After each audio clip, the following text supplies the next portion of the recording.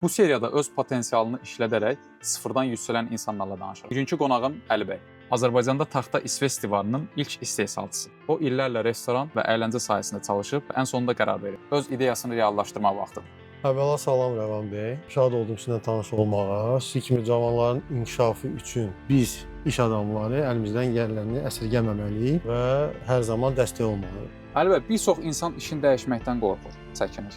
Sizdə bu fikri başladan şey nə oldu? Əslində mən hər zaman öz praktikamdan bilirəm ki, bir şeyi ağlında yetişdirirsənsə, bir şeyi etmək istəyirsənsə, bunu tək beynində yox, öz arzularında yox, həyata da keçirməlisən və buna addım-addım getməlisən. Ona görə mən düşünürəm ki, mənim üçün bu o qədər də çətin olmadı. Bəli, bu qıraqdan böyük bir risk kimi görsənirdi, hansısa bir addımlar atmağa, ancaq mən inamlı olduğuma görə anında qərar verib bu işləri görməyə özümdə o gücü tapmışam və tapıram yenə də. Bəs uğurlu işin arxasında ən çox nəyə inanırsınız? Öncədən gəlin uğurlu iş nədir? Bu haqqda müzakirə eləyə danışaq. Uğurlu olmaq sizin düşüncənizdə bir şey ola bilər, mənim düşüncəmdə tamam başqa bir şey ola bilər. Qısa müddətli uğuru axıracan uğur saymıram. Mənim üçün biznesdə uğur uzun müddətli, davamiyyatlı, sıfırdan bir işi başlayıb, yavaş-yavaş komandanı toplayıb və bu komandanı yetişdirə-yetişdirə hansısa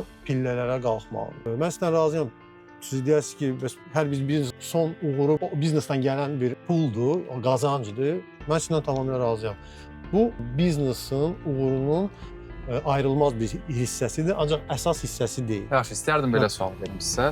İlk dəfə bu ideyanızı, fikrinizi paylaşanda ətrafdakıların sizə baxış açısı nə oldu? Öz praktikamdan bilirəm ki, çox bu haqda kimlənsə müzakirə edəndə, paylaşanda hər bir insan hər bir fikirdir və hərəsinin buna bir yanaşması var. Və siz mənim ailə tarixçəmə dönsəz, söz görəcəksiniz ki, bizim ailədə bizneslə məşğul olan adamlar olmayıb. Atam rəhmətli idman sektorunda çalışıb və əməkdar idman xadimi olub. Anam əməkdar müəllim olub. Bunu sistem adlandırsaq, bu sistemdə yenilik olmuşam. Ona görə bizneslə məsləhət etmək üçün mənim adamım olmayıb və mən məsləhət etməmişəm. Mən sadəcə olaraq fikirlərimi, öz istəklərimi həyata keçirmək üçün bir planlar qurmuşam və o planlara uyğun addımlar atmışam. Deyim ki, mən kimsə biznesə yönəldib, belə bir şey olmuyor. Mənim valideynlərim istəyib ki, mən elmi işçi olum, elmdə çalışım. Düzdür, onların dəstəkləri olub. Necə dəstək olub? Mən az yaşından idmanla məşğul olmuşam. Daimi yarışlarda iştirak eləmişik. Ona görə biznesə davamlı dayanıqlı olmağının səbəbindən də biri valideynlərimin mənə idmana yönəldilməsidir və bu məndə hansısa bir xüsusiyyətlər yaradır. İdmanla məşğul adamın tamamilə fərqli disiplinası olur. Hansısa nailiyyətləri əldə etmək üçün sən mütləq mübarizə aparmalısan, komandada oynamağı bacarmalısan, komandanın çətin günündə, yaxşı günündə onunla birlikdə olmalısan. Ona görə biznesimin gəlməyində heç kim dəstək olmayıb, ancaq sətir altı ailəmin mənə yönəltdiyi, idmana yönəltdiyi disiplin mənə çox kömək olub. İdeyanı biznesi çevirmək prosesi necə başladı sizdə? Uşaqlıq dostum var idi və bununla çox biznes haqqında müzakirələr edirdik. O da iş adamıdır. Ara-sıra görüşəndə biz biznesin inkişafı haqqında, onun qabağa getmək haqqında bir danışıqlar edirik. Əhvalat belə oldu ki, bir gün mənim bir vəsaitim toplandı və mən biznes adamı olaraq bilirəm ki, vəsaitin evdə yatmağı, pulun inkişaf eləməməyi lazımsız bir şeydir və təklif elədim ki, mənim bir məbləğim var ki, bunu bir biznesə yatırım kimi etmək istəyirəm. Sənin fikirlərin önəmlidir. Adam qarşımda bir yol, İsveç divarlarının dəmir variantını və oyun meydançalarının taxta variantı. Çünki dedi, seçim elə, yəni bu işi mən aparıram, bu dəmir işlərini və bura biz biraz da yatırım eləsək uğurlu olar. Taxta işini görmürəm və yatırımlar etməmişəm. Anladım ki, mən uşaqlıqdan çox sevirdim taxta ilə oynamağı. Atam mənə belə bir komplekt almışdı. Onun içində mişar, çəkiş, alətlər var idi və mən uşaq olaraq otururdum. Hər zaman nəsə düzəldir. Bu təkliflərin içindən seçəndə avtomatik o sevgi, alt istəklər onlar büruzə verdi və mən başladım buna meyilli oldım. Belə deyək, biz balaca bir yer götürdük, Bakıxanovdan getdik, avadanlıq aldıq və birinci startı verdik. İlk başladığınız etapda müştərilər tapmaqda çətinlik çəkdiniz. Və müştərilərə bunu çatdırmaq üçün bir güc lazım idi, biliklər lazım idi. və biz bacardığımız qədər bu məsələyə ciddi yanaşdıq. Sosial şəbəkədə reklam, yəni marketinqə olan bütün addımları reallaşdırdıq. Taxta keyfiyyətini bəs seçim edərkən necə seçirsiniz və qarşılaşdığınız əsas çətinliklər nələr oldu? Öncədən başlayanda biz misal üçün bir taxta növü ilə işləyirdik və mükəmməlləşmək üçün biz hər zaman yeni bir texnologiyadan çıxan taxtalardan istifadə etmək başladıq. Bu dəyişiklik nəticəsində xam malın nöqtəsinə gəlib çatmışıq ki, mən bu haqqda biznes sirri kimi bunu saxlayıram və bilirəm ki, hal-hazırda istifadə etdiyimiz həm taxta, həm boyalar, həm texnologiyalarımız bizim müştərilərə yalnız və yalnız xeyir verəcək.